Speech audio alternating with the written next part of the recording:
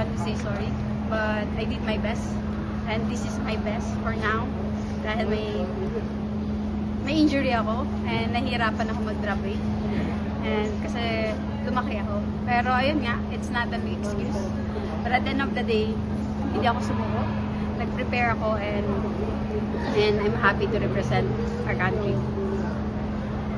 Ano po yung injury?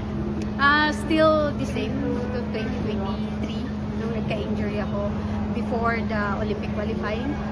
So, yeah. Medyo din na after not qualifying sa Paris, medyo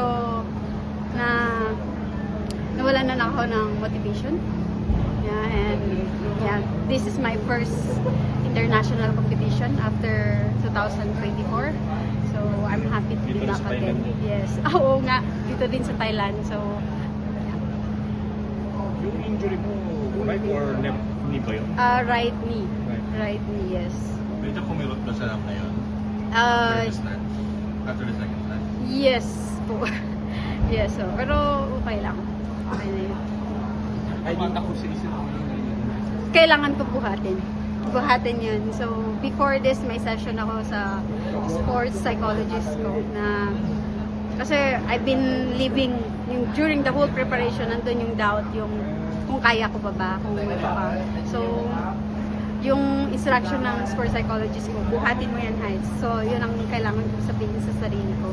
Kasi, sabi nga niya, expert ako sa weightlifting. So, yun ang kailangan kong gawin.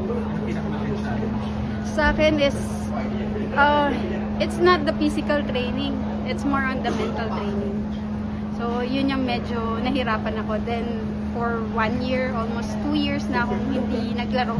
So, na-miss ko rin pala itong feeling na maglaro for the Philippines and nandun sa podium. So, I'm happy to be back. What's next? What's next? Hoping next year nasa Olympic qualifying ako for LA.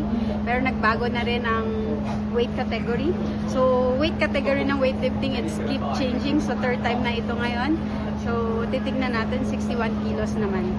61? Yes. Yes, 61 naman. Pero titingnan natin. And hoping na mas marami pang atleta na mas makapaglaro sa weightlifting. Kasi iba naman yung category, pero mas marami tayong mabibuild na athlete for weightlifting. Kasi alam naman natin na sa Pilipinas talaga maraming magagaling at malalakas. Ay, di mo mention na wala ka ng motivation mas may decide na bumalik dito sa Actually, na ano bang siguro for the Philippines.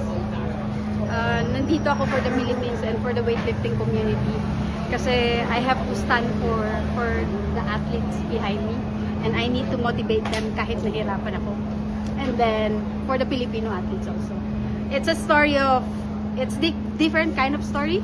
It's not winning story, it's not giving up story for Heidelin Diaz. Kanina sa backstage, nakita natin medyo emotional. Pero yung mga napag-usapan yung para sa akin kasi nag-story ako kasi I did not win any medal for the Philippines this SEA Games. But ayun nga, this is my best for now. Right, sa tono ng sa salita mo, parang you're not planning to retire anytime soon. Depende sa takbo ng mga plano. May mga plano na and nandun na tayo, malapit na sa retirement. Pero syempre, kailangan natin tignan kung ano ba, yun yung problema ng athlete eh. After winning gold, what's next? To be sports leader, I will be a lecturer next year. So, what's next for Heidelin Diaz? So, medyo magulo pang isip kung definitely hindi pa, pero nandun na. And dahil dito sa competition na to, nagkaroon ako ng fire, pero may kailangan akong gagawin for the Philippine Weightlifting Association. Yeah. So, official? As an official? Titingnan natin, but I just want, ay, hindi ko pwede sabihin.